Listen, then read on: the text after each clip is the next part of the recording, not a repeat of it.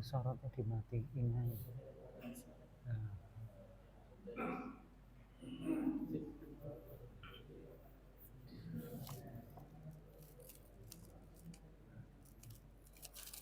Memang proyektor itu kayak bioskop, jadi harus kalah kontrasnya.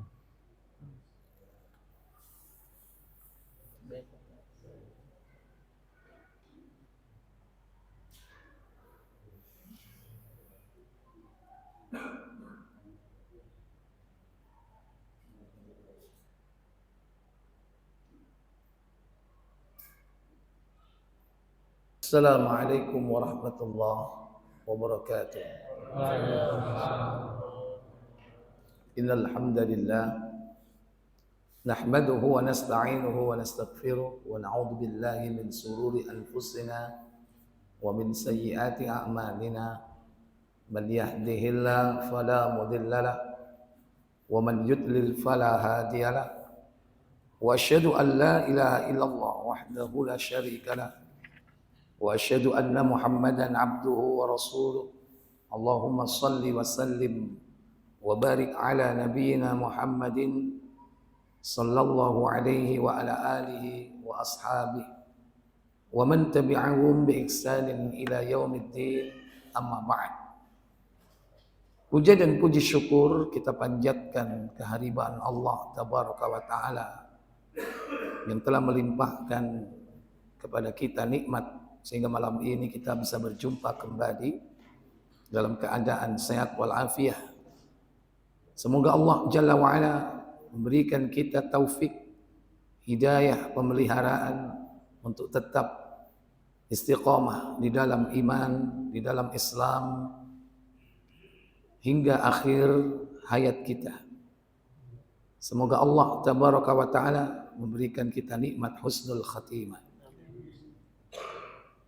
Salawat dan salam semoga terlimpah kepada junjungan kita baginda Nabi Muhammad sallallahu alaihi wasallam.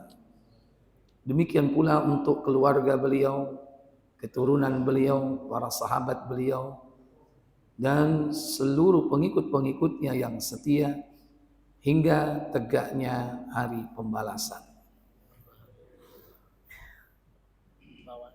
Ikhwatal iman, a'azzani Allah wa iyyakum. Malam ini kita akan mengkaji satu kitab yang berjudul Salasatul Usul, tiga landasan pokok. Tiga landasan pokok yaitu pengetahuan basic dasar seorang muslim, terutama berkaitan dengan masalah akidah. Tentunya akidah Ahlus Sunnah wal Jamaah. Kenapa akidah Ahlus Sunnah wal Jamaah? Karena memang banyak riwayat yang menyebutkan bahwa al-firqah an-najiyah, golongan yang selamat itu adalah disebutkan dalam hadis At-Tirmidzi dan juga Abu Dawud, yaitu disebut dengan al-jamaah. Adapun pembahasan tentang bagaimana Ahlus Sunnah wal Jamaah itu ada kitab tersendiri. Nah, firqah yang najiyah, yang selamat itu adalah yang bersumber dari Al-Quran dan As-Sunnah ala fahmis salaf, sesuai dengan pemahaman para salafus saleh. Siapa para salafus saleh? Yaitu generasi terbaik umat. Tidak lain adalah para sahabat Nabi SAW.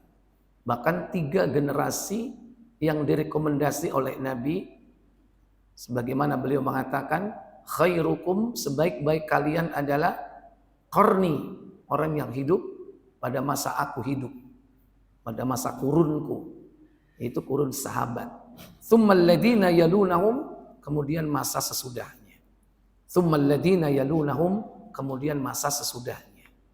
Jadi ada 3 generasi emas, ya. Maka para ulama kemudian mengatakan generasi itu adalah sahabat, tabi'in dan tabi'ut tabi'in. Ini. Dan hakikatnya siapapun sebetulnya yang mengikuti para sahabat dengan baik sampai akhir zaman pun yang mengikuti sahabat dengan baik. Sebagaimana firman Allah dalam surah At-Taubah, itu surah yang ke-9 pada ayat 100. Di mana Allah Jalla wa Ala berfirman, "Was-sabiqunal awwalun minal muhajirin wal ansar walladzina ittaba'uuhum bi ihsan radhiyallahu anhum." Kata Allah, orang-orang yang terdahulu, lagi yang pertama-tama masuk Islam dari golongan muhajirin dan ansor, dan orang-orang yang mengikuti mereka dengan baik, Allah ridho kepada mereka dan mereka pun ridho kepada Allah. ya. Jadi orang-orang yang disebut dengan as-sabiqunal awwalun, baik muhajirin maupun ansar, kemudian dikatakan walladzina taba'uuhum bi ihsan, dan siapapun yang mengikuti mereka dengan baik, itu mengikuti para pendahulu, as-sabiqunal awwalun. Jadi tidak terbatas tabi'in, tabi'ut tabi'in, tapi siapapun dari zaman ke zaman yang mengikuti mereka. Karena Nabi mengatakan, alaikum bisunnati, aku tinggalkan kepada kalian sunnahku, wa sunnatil khulafaur rasyidin, dan sunnah para pengganti sesudahku al-mahdiin yang mendapatkan petunjuk. Tamassaku biha, genggamlah sunnah itu. Wa addu 'alaiha bin nawajid, gigit sunnah itu dengan gigi geraham.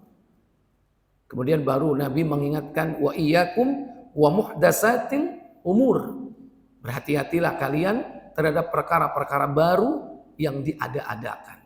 Wa inna kulla muhdatsatin bid'ah, karena setiap perkara baru dalam urusan agama yang diada-adakan adalah bid'ah.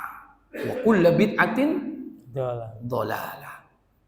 Dalam hadis itu berhenti sampai dhalalah. Dalam riwayat yang lain baru dilengkapi dengan wa kulla dhalalatin finnar. Setiap kesesatan itu akan berujung kepada neraka. Ikhwatal iman, azani Allah wa iyyakum. Jadi kenapa 3 landasan utama sebagai ilmu basic bagi setiap muslim? Karena 3 landasan pokok inilah yang nanti akan ditanya oleh malaikat mungkar dan nakir. Itu tentang Allah, kemudian tentang Rasul, kemudian tentang agama. Sebelum kita memasuki pembahasan kitab ini, kita perlu mengetahui sejarah singkat tentang penulis, yaitu muallif, tidak lain adalah Syekh Muhammad bin Abdul Wahhab. Syekh Muhammad bin Abdul Wahhab.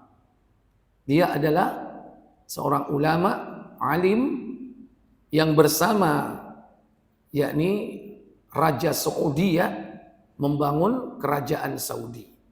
Yang satu mengurusi masalah yakni pemerintahan, kenegaraan.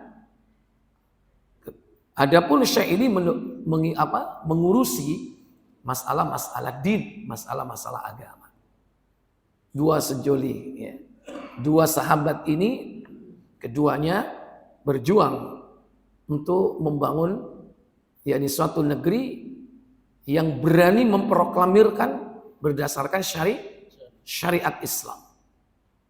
Tampak dalam benderanya saja apa? La ilaha illallah Muhammadar Rasulullah. Ada enggak bendera suatu negara yang seperti itu? Yang ada kalimat tauhidnya? Ada enggak? Enggak ada kan selain daripada yakni negeri Saudi. Nah, khusus untuk Syekh Muhammad bin Abdul Wahhab ini, beliau dilahirkan yaitu di tahun 1115 Hijriah, atau tepatnya pada tahun miladiyah tahun 1703 miladiyah. Dia seorang ulama, mujaddid, ya, seorang pembaharu dalam Islam yang lahir di kota Najd, yaitu wilayah tengah di Jazirah Arabia. Ya sekarang ya Saudi. Ia dikenal sebagai tokoh ulama yang gerakannya adalah untuk memurnikan ajaran Islam, memberantas kesyirikan dan bid'ah ini. Beliau lahir yakni tepatnya di kota yang disebut dengan Uyainah. Beliau tumbuh di lingkungan yang banyak belajar tentang Al-Quran dan As-Sunnah. Kenapa? Karena ayahnya yakni Abdul Wahab bin Sulaiman adalah seorang qadhi. Qadhi itu seorang hakim yang memutuskan perkara-perkara umat atau ulama yang bermazhab Hambali. Maka Syekh Muhammad bin Abdul Wahab ini pun juga dididik dengan mazhab Hambali. Nah, mazhab Hambali ini adalah mazhab yang tergolong Ahlus Sunnah wal Jamaah.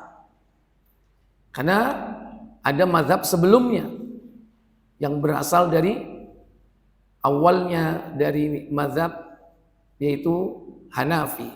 Kemudian punya murid, kemudian mendirikan mazhab yang bernama Maliki. Setelah itu baru yang ketiga Asy-Syafi'i. Baru kemudian terakhir yang keempat yaitu Hambali. 4 semua ini tidak lepas dari koridor Ahlus Sunnah wal Jamaah secara akidah. Walaupun secara furu' dalam cabang-cabang agama mereka ada perbedaan pendapat tentang masalah-masalah fikih. Tapi itu tidak menyangkut masalah akidah. Akidah tetap yaitu Ahlus Sunnah wal Jamaah. Beliau belajar baik kepada kakeknya atau orang tuanya dan juga yang lainnya. Mempelajari tafsir, hadis, fikih mazhab Hambali tentu, kemudian akidah, dan beliau banyak mempelajari dan banyak dipengaruhi oleh kitab-kitab tulisan dari Ibnu Taimiyah dan juga muridnya yaitu Ibnu Qayyim al-Jauziyah. Misi dakwah beliau yaitu memurnikan ajaran Islam, menegakkan tauhid, memberantas syirik. Demikian pula memurnikan agama agar jauh dari khurafat, takhayyul dan juga amalan-amalan bid'ahiyah yang bid'ah. Dan dia banyak menulis kitabnya, karya-karya beliau terutama dalam bidang akidah dan tauhid. Ini singkat beliau. Sejarahnya kemudian berakhir pada tahun 1206 Hijriah.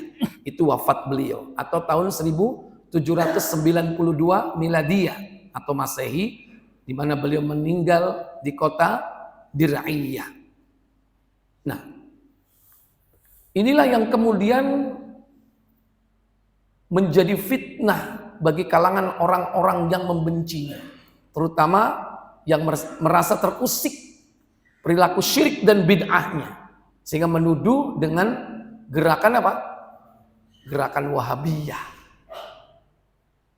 Dan dituduh bahwa gerakan Wahabiyah ini adalah berpemahaman Khawarij.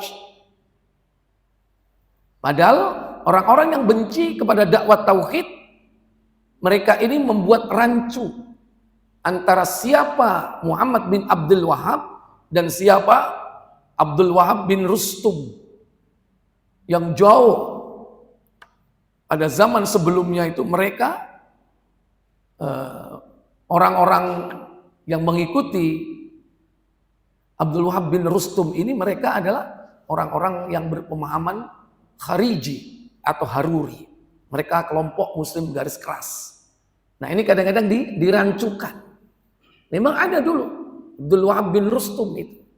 Tapi kemudian dirancukan dengan Muhammad bin Abdul Wahab.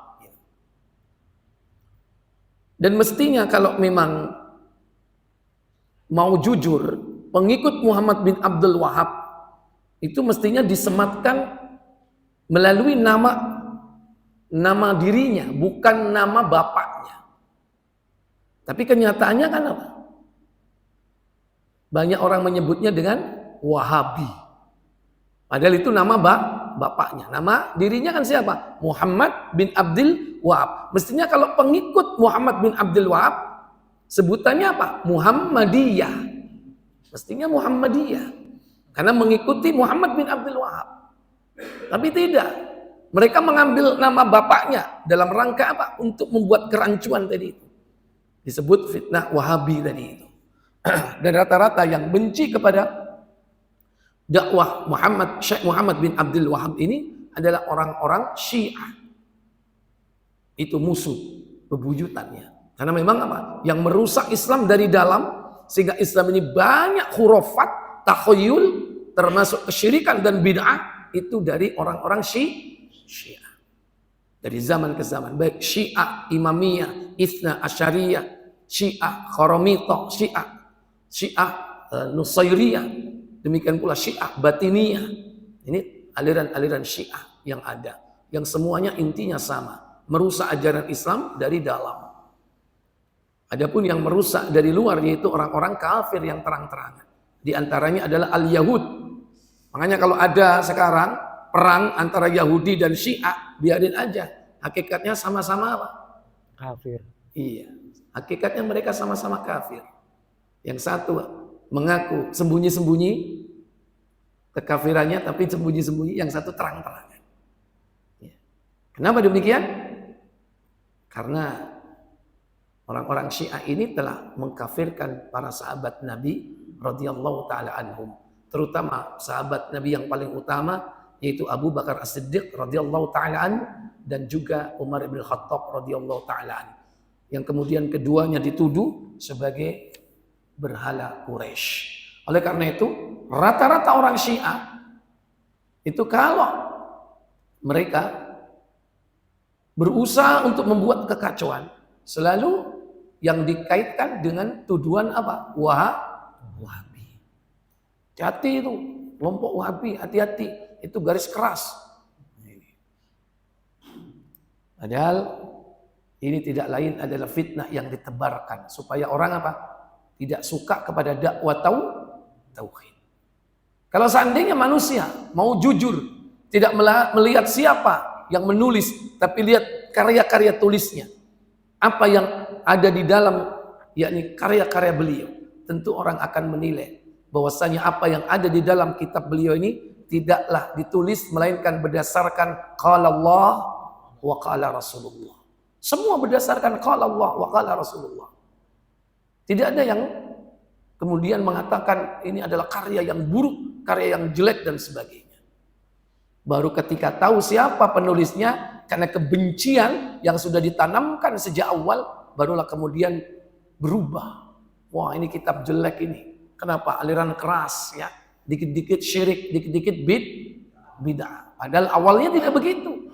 Karena dia mempelajari isinya atau membaca isinya. Sementara tidak melihat siapa penulisnya. Baru dia berkata jujur apa adanya. Tapi begitu tahu penulisnya, karena sudah sebelumnya sudah punya bekal-bekal kebencian, akhirnya berubah. Dan itu banyak terjadi di kalangan para duat, para dai, para mubalik, dan juga bahkan para ulama. Ya, terutama yang berseberangan dengan yakni akidah Ahlus Sunnah wal Jamaah. Dari kalangan siapa? Sufiyah. Demikian dari kalangan yang lain, terutama kalangan Syiah. Wallahu a'lam. Itu sekilas daripada sejarah singkat atau biografi singkat beliau. Ya. Salah satu di antara karya beliau yaitu Salasatul Usul, 3 landasan pokok, yang isi daripada kitab ini itu diajarkan mulai dari jenjang TK di Saudi atau pendidikan dasar sampai pendidikan tinggi.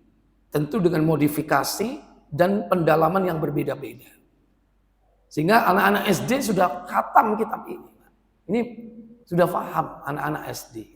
Tapi kita masih baru mempelajari. Tapi tidak masalah dalam hal ini. Kenapa? Karena banyak masih belum memahami itu tentang bagaimana akidah yang berlandaskan dengan tauhid itu. Wallahu a'lam. Salasatul usul. Salasa itu 3, al-usul itu landasan pokok atau landasan utama. Biasanya juga dibalik kalimatnya. yaitu al-usulus thalatha, yaitu landasan yang 3. Al-usulus thalatha. Tapi kalau dalam penulisan yang berbeda tapi dengan makna yang sama, yaitu thalathatul usul, 3 landasan pokok. Beliau mengawali kitabnya yaitu dengan kalimat bismillah, dengan nama Allah. Dilanjutkan dengan Ar-Rahman Ar-Rahim, yang maha pemurah lagi maha penyayang. Ibtada al-muallif rahimahullah ta'ala kitabahu bil basmalah iqtidaan bi kitabillahi azza wa jal fa innahu mabdu'un bil basmalah. Beliau memulai kitabnya itu dengan kalimat basmalah karena beliau mengikuti kitab yang dikarang oleh para ulama atau para pendahulu mereka. Bahkan kitabullah itu diawali dengan bismillah. Juga wattiba'an li haditsin, mengikuti sebuah hadis. Walaupun hadis ini diperselisihkan tentang sanadnya. Ada yang menyebut bahwa ini adalah hadis dhaif. yakni kata yang berbunyi kullu mri'in dzibalin la yabda'u fihi bismillah fahuwa abtar. Setiap perkara yang tidak diawali dengan kalimat bismillah, maka perkara itu akan terputus. Ini. Demikian pula waqtidaan bir rasuli, sebagaimana beliau mengikuti apa yang dilakukan oleh Rasul sallallahu alaihi wasallam, fa innahu yabda'u kitabahu bil basmalah. Beliau setiap kali menulis kitab itu selalu diawali dengan basmalah. Ini. Ikhwatal iman a'azzani Allah wa iyyakum. Tentu sebagai seorang muttabi' ya, yang mengikuti Rasulullah SAW, yakni apa saja yang keluar dari beliau, baik perkataan, perbuatan maupun adab etika yang lainnya, sikap, pola pikir dan sebagainya, tentu dianjurkan untuk mengikuti Al-Quran dan As-Sunnah, mengikuti Allah dan mengikuti Rasulnya. Karena itu sumber daripada kecintaan Allah dan juga sumber dari ampunan dari Allah Jalla wa'ala. Sebagaimana Allah katakan dalam surah Ali Imran, surah yang ketiga pada ayat yang ke-31, Qul in kuntum tuhibbunallaha fattabi'uni. Katakanlah, jika kamu benar-benar mencintai Allah, ikutilah aku. Maka konsekuensinya adalah kalau kita mengikuti Allah dan Rasulnya, maka Allah katakan yaitu yuhibbukumullah, Allah akan mencintai kalian. Bukan hanya dicintai oleh Allah, tapi juga wa yaghfir lakum dzunubakum, Allah akan mengampuni dosa-dosamu. Apa kata Allah? Niscaya Allah mengasihi dan mengampuni dosa-dosamu. Allah Maha Pengampun lagi Maha Penyayang. Ya, baik. Saya lanjutkan secara singkat. Kita baca matannya dulu. I'lam, ketahuilah, rahimakallahu, semoga Allah merahmatimu, annahu yajibu alaina, bahwasannya wajib atas kita semua, ta'allumu arba'i masailah, mempelajari 4 perkara. Ini kata beliau. Al-ula, yang pertama, al-ilmu, ilmu. Wa huwa ma'rifatullahi, ilmu itu adalah mengenal Allah. wa ma'rifatu nabiyyihi. Ini bukan tak marbuto tapi ha di sini keliru. Dan mengenal nabinya. Wa ma'rifatu dinil islami bil adillati. Dan mengenal agama Islam dengan dalil-dalil. Ini ilmu. Ats-tsaniyatu, yang kedua, al-amalu bihi, mengamalkan ilmu. Jadi ilmu itu diamalkan setelah diketahui. Ats-tsalitsatu, yang ketiga, ad-da'watu ilaihi, mendakwahkan ilmu.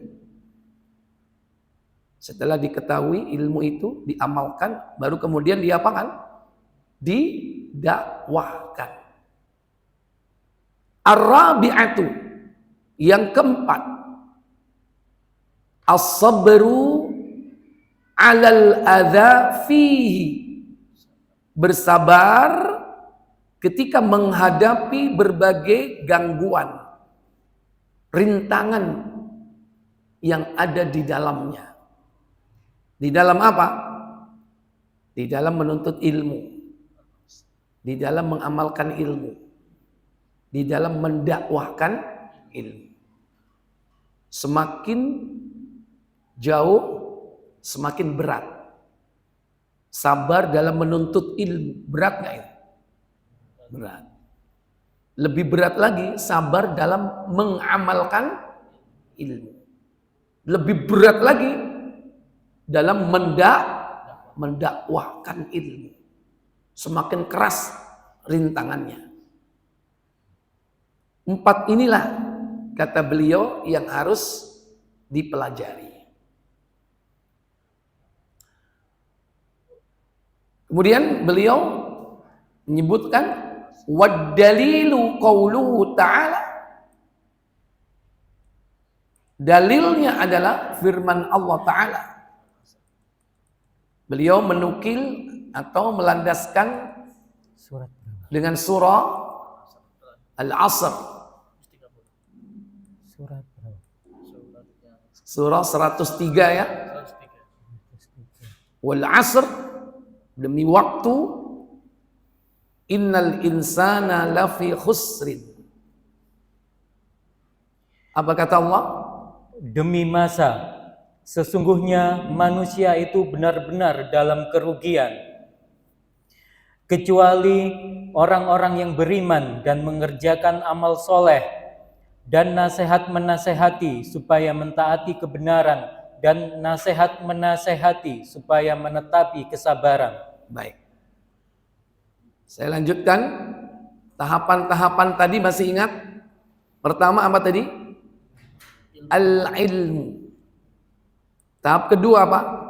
Mengamalkan ilmu. Al-amalu bih. Ad-da'watu ilaih, mendakwahkan ilmu. As-sabru 'alal adafi, bersabar dalam mengerjakannya. Bersabar di dalam menghadapi gangguannya. Jadi pertama ilmu, mengamalkan ilmu, mendakwakan ilmu, bersabar. Kalau disingkat apa? Ilmu, amal, dakwah, sabar. Ya, jangan kalau disingkat ilmu, amal, dakwah, sabar. Jangan keliru. Ya.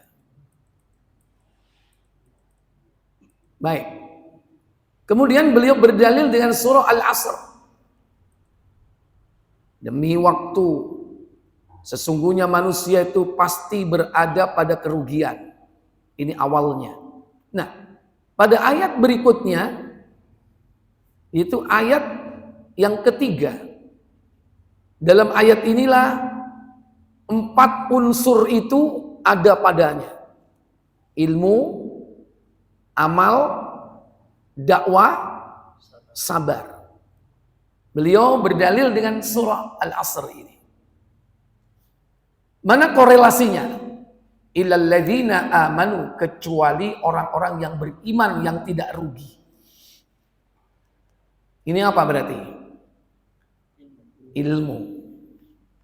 Yang kedua, wa amilus salihat, berarti ini apa? Amal. Mengerjakan amal saleh, berarti amal. Wa tawassaw bil haqqi, berarti ini apa? Dan pesan memesan kebenaran. Ini dakwah. Baru wa tawassaw bis sabr, pesan memesan untuk menetapi kesabaran. Berarti ini apa? Sabar. Kalau kita hubungkan, oh ini belum. Baik, ini nanti dulu perkataan Imam Asy-Syafi'i. Baik. Kalau antara ayat 2, 3, poin 2, 3, 4 relevan, cocok. Tapi kenapa kok yang pertama itu disebutkan ilmu, tapi dalilnya adalah iman? Seakan gak cocok, seakan-akan begitu. Padahal antara iman dan ilmu itu sebanding, sama. Kenapa demikian? Pertama, berdasarkan firman Allah dalam surah Al-Mujadilah, surah yang ke-58 ayat 11. Allah katakan dalam ayat tersebut, yarfa'illahu alladhina amanu minkum walladhina utul ilma darajat. Allah sebut dua-duanya di situ. Iman dan amal sekaligus. Maaf, iman dan ilmu. Apa kata Allah Jalla wa'ala? Boleh dari depan. Wahai orang-orang yang beriman. 11. Ya. Ayat 11 silakan. Itu tadi penggalan ayat yang saya baca. Surat berapa? Surat 11. Surat 58 ayat yang 11. Yarfa'illahu alladhina amanu. Allah meninggikan derajat orang-orang yang beriman. Hai orang-orang beriman, apabila dikatakan kepadamu, berlapang-lapanglah dalam majelis, maka lapangkanlah, niscaya Allah akan memberi kelapangan untukmu. Dan apabila dikatakan, berdirilah kamu, maka berdirilah, niscaya Allah akan meninggikan orang-orang yang beriman di antaramu. Yang beriman di antaramu dan orang-orang yang diberi ilmu pengetahuan. Dan orang-orang yang diberi ilmu pengetahuan. Beberapa derajat. Ditingkatkan beberapa derajat. Ini alasan pertama. Yang kedua, antara iman dan ilmu itu berbanding lurus. Orang yang berilmu, maka ketika ilmunya bertambah, maka imannya akan bertambah. Ketika imannya bertambah, dia semakin menuntut ilmu. Ketika dia menuntut ilmu, iman bertambah. Semakin bertambah iman, menuntut ilmu. Kenapa menuntut ilmu itu iman bertambah? Karena menuntut ilmu itu sebetulnya merupakan ketaatan kepada Allah Jalla wa'ala. Sementara definisi ilmu itu adalah definisi iman adalah at-tasdiqu bil qalb, yaitu pembenaran di dalam hati, wa iqralul bil lisan, diucapkan dengan lisan, wa amalul bil arkan, diamalkan dengan anggota tubuh. Kemudian al-imanu yazidu wa yanqusu. Iman itu bisa bertambah dan bisa berkurang. Yazidu bi ta'atir rahman, dia bertambah dengan ketaatan kepada Ar-Rahman. Maka ketika seseorang itu mentaati Allah, ketika diperintah thalabul ilmi faridatun ala kulli muslimin, ketika dia menuntut ilmu berarti dia taat kepada Allah, maka imannya ditambah. Yazidu bi ta'atir rahman, dia bertambah karena dia taat kepada Allah yang Maha Rahman. Wa yanqusu bil maksiyah, dan dia berkurang karena sebab perbuatan maksiat. Jadi selalu kejar-kejaran ilmu iman, begitu terus. Nah, kalau ada kasus-kasus orang yang menuntut ilmu, semakin bertambah ilmunya tapi tidak beriman, kemungkinan besar menuntut ilmunya bukan karena Allah, karena sesuatu. Karena dunia. Atau memang dia punya tujuan jahat. Para orientalis menuntut ilmu bukan untuk dekat dengan Allah, tapi justru punya rencana jahat merusak agama Allah. Makanya ada senuk horgrun. Ilmumu kalah mbek senuk horgrun. Ya kan? Ahli bahasa Arab, ahli tafsir, ahli hadis. Berapa tahun dia belajar di Mekah, ya? Pulang di Aceh ngacak-ngacak agama. Berilmu tapi dia tidak beriman. Karena gara-gara apa? Gara-gara dia niatnya salah menuntut ilmu, bukan untuk Allah. Itu di Sumatera, di Jawa. Siapa? Van der Plas, ya kan? Orientalis yang merusak agama Allah, merusak agama Islam. Dan masih banyak sekarang sampai hari ini. Misi Zending itu ya, memurtadkan agama para pemeluk agama Islam banyak bertebaran. Tidak akan pernah berhenti sampai akhir zaman itu untuk memurtadkan kaum muslimin. Dia belajar tentang Islam, belajar Islam sebatas Islamologi, ilmu tentang Islam. Dia ahli agama tapi bukan agamawan. Ahli agama tapi bukan agamawan. Artinya apa? Hanya sekedar mengetahui tapi tidak diamalkan. Antum harus jadi agamawan, orang yang mengamalkan ilmu itu. Nah, ilmu ini akan menambah keimanan. Iman menambah ilmu. Begitu. Ikhwatal iman, azani Allah. Kemudian di sini disebutkan i'lam. Ketahuilah. Artinya berilmulah. Orang itu jangan sampai tidak berilmu. Kalau orang tidak berilmu, maka dia akan sesat. Karena setiap amal itu harus berlandaskan dengan ilmu.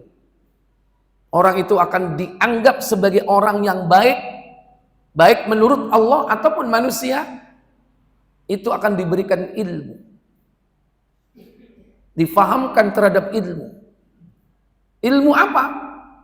Ilmu din. Ilmu agama. Ilmu syar'i. Makanya Nabi SAW mengatakan ketika itu Muawiyah bin Abi Sufyan berkhutbah dan beliau mengatakan, aku mendengar Rasul berkhutbah seperti ini. Buka Bukhari 58.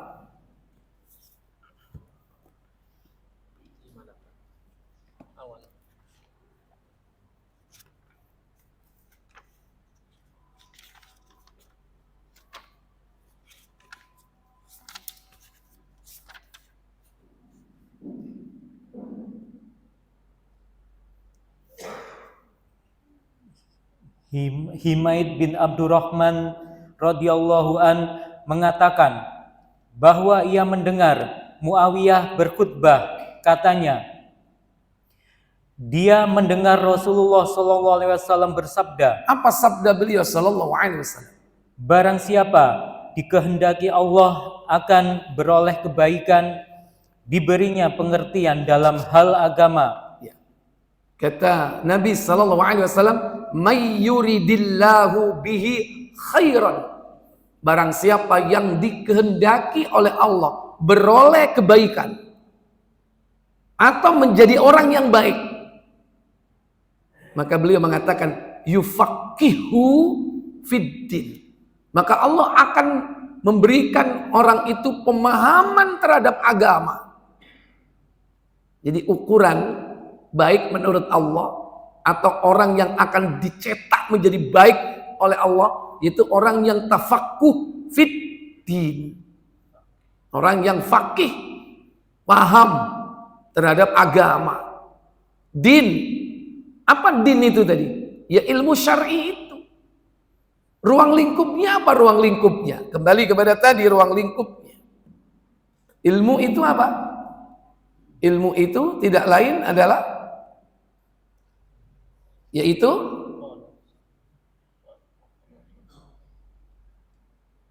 ma'rifatullah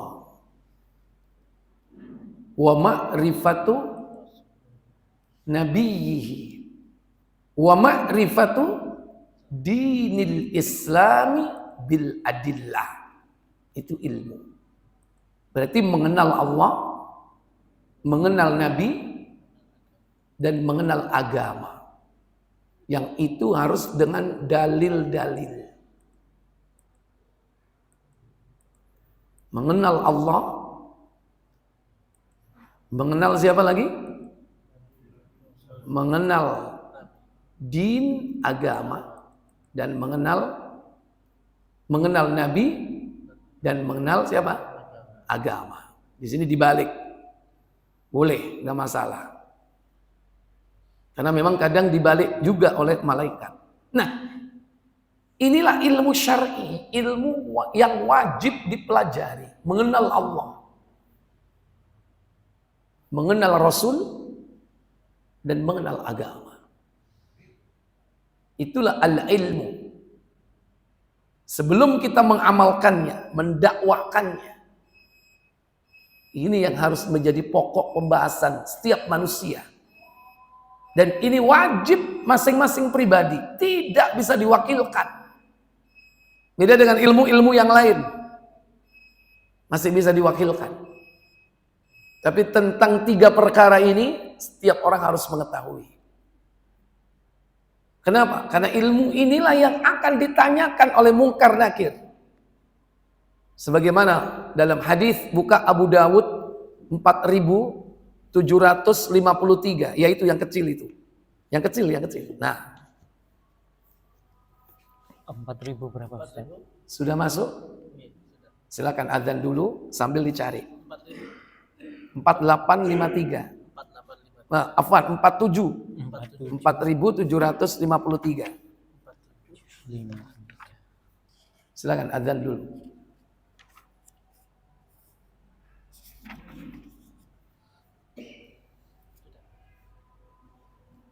Nih,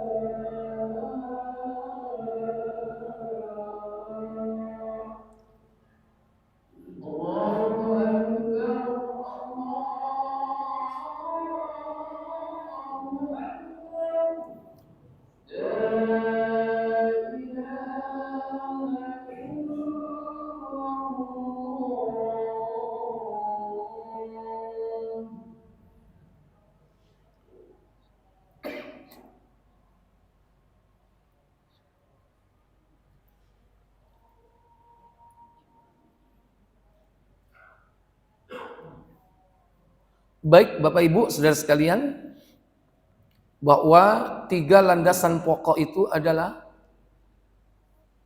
yaitu ilmu, mengenal Allah, mengenal Rasul, dan mengenal agama. Sebagaimana 3 perkara itulah yang akan ditanya oleh Munkar Nakir. Sebagaimana riwayat Al-Barra bin Azib.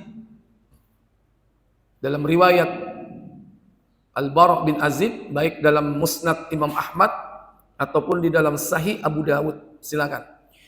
Dari Al-Barra bin Azib ia berkata, kami bersama Rasulullah SAW pernah mengiringi jenazah seorang yang berasal dari kalangan Ansor. Kemudian kami tiba di pemakaman. Setelah dimakamkan, beliau duduk di sisi kuburan dan kami mengelilingi beliau. Kami diam, tidak bergerak, seakan-akan di atas kepala kami ada seekor burung. Saat itu Rasulullah SAW memegang sebatang kayu. Kemudian beliau mengangkat kepalanya dan berkata, apa katanya?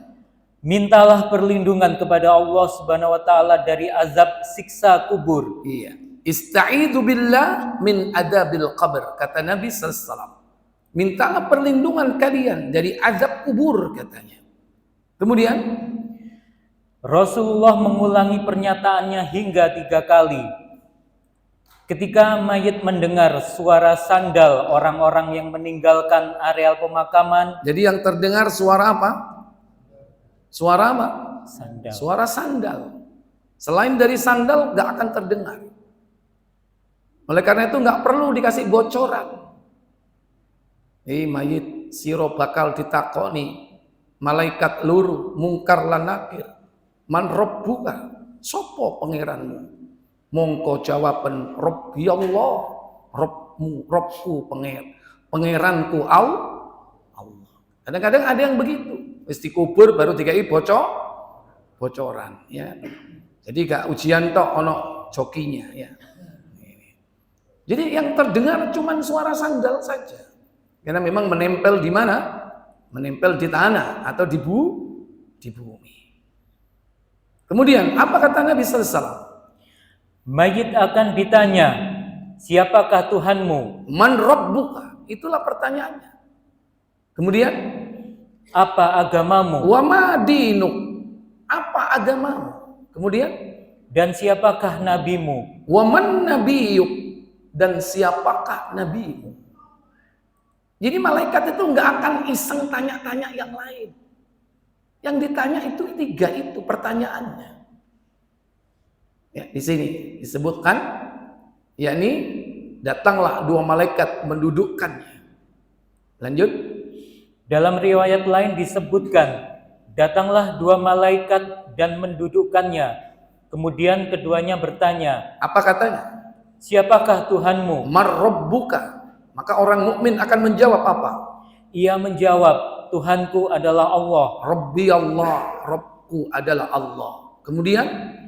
Kemudian keduanya bertanya lagi, apa agamamu? Wa ma dinuk, apa agamamu? Apa jawab orang mukmin? Ia menjawab, agamaku Islam. Dinil Islamu, agamaku adalah Islam. Kemudian ditanya lagi, siapakah laki-laki yang diutus kepadamu? Man bu'itsa fikum, siapa laki-laki yang diutus kepadamu? Apa jawab orang mukmin?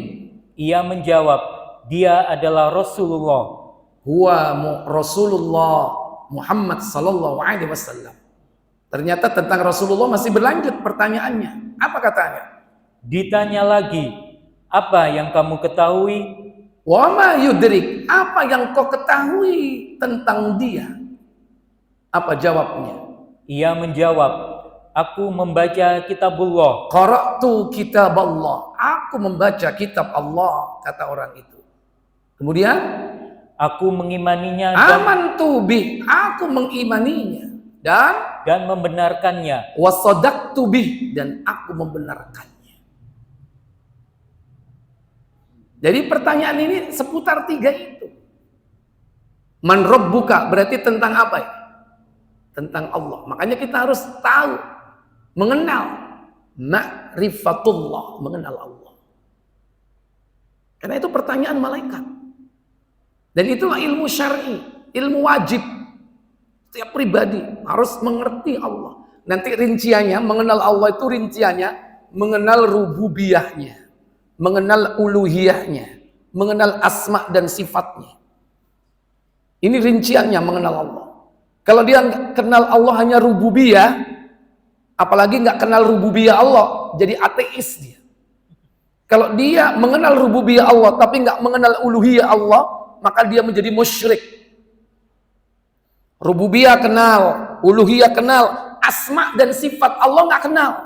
Nama-nama dan sifat-sifat Allah nggak kenal atau menyimpang. Jadilah aliran sesat, Jahmiyah, ya, Sufiyah, Qadariyah, Jabriyah, Syiah. Itu kan apa? Kesesatan di sini.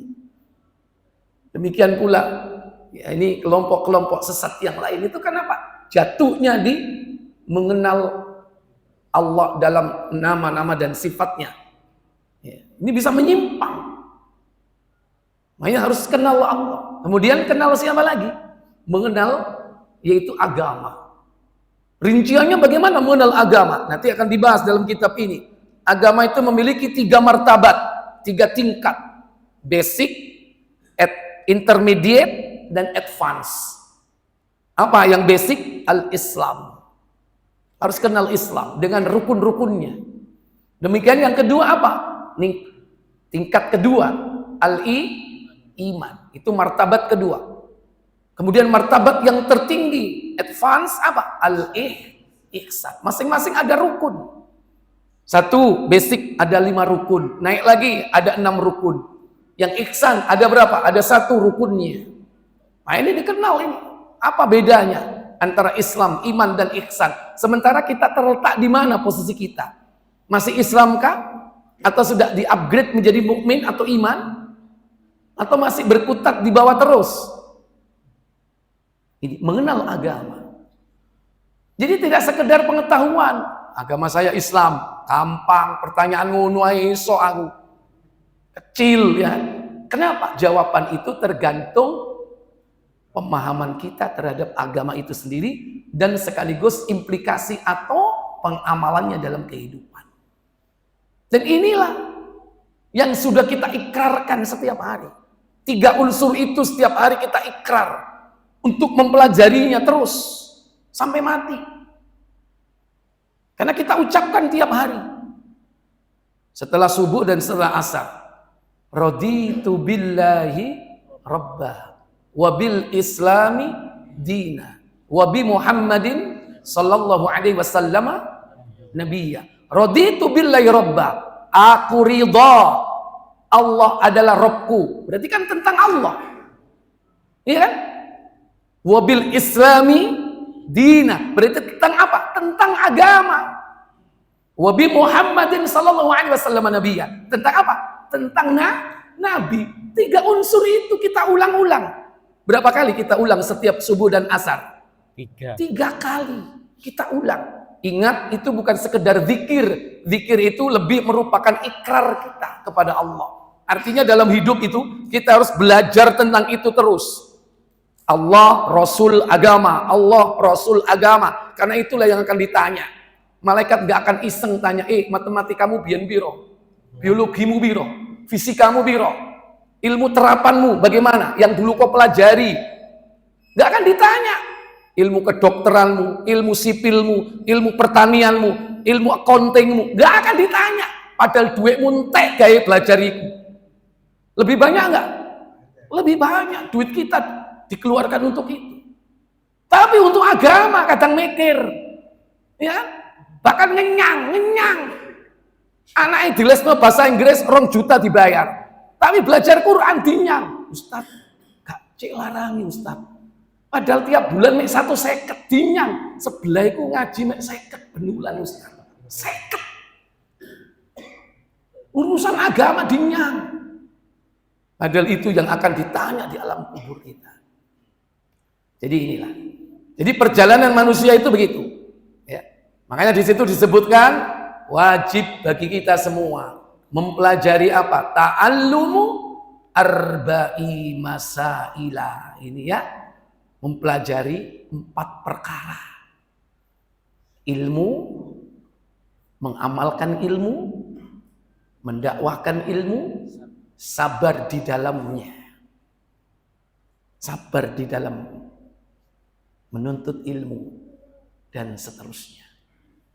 Wallahu a'lam. Baik, ini sebagai pemanasan. Insya Allah nanti kita akan lanjutkan di masa yang akan datang. Ya, syukur-syukur nanti masing-masing punya buku panduannya. Alhamdulillah. Ya, baik yang kalau ini yang aslinya seperti ini, silakan dimiliki. Ya, sambil nanti belajar, ya, dicoret-coret, atau yang sudah terjemahan, insya Allah sudah ada. Nah, ini syarahnya. Karena masing-masing para ulama sudah mensarah usul tsalatsa.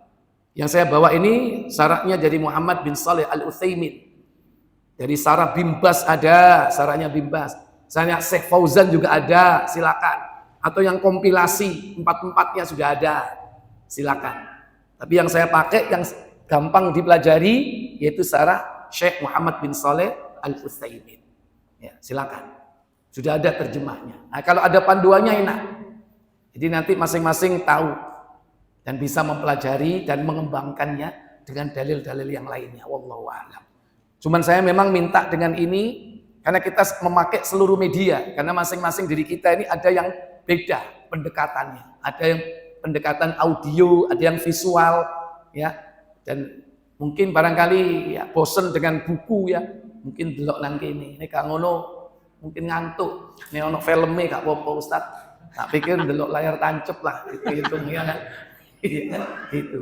Ya, syukur-syukur nanti yang akan datang di-upgrade itunya apa? Proyektornya supaya jelas ya kan. Sing tuwa cek gak mendelik ini ya kan. Karena sekarang kan sudah canggih, proyektor itu murah-murah, hebat-hebat sekarang ya kan. Murah-murah. Nggak sampai 2 juta itu tajem-tajem. Karena memang di marketplace itu ya saingannya berat, ya luar biasa ketat itu. Murah-murah tapi bagus-bagus dan portable lagi ya kan. Wallahu a'lam. Saya pikir cukup sampai di sini. Semoga bermanfaat. Kita tutup kafarat majelis. Subhanakallahumma wa bihamdik, asyhadu an la ilaha illa anta, astaghfiruka wa atubu ilaik. Wassalamualaikum warahmatullahi wabarakatuh.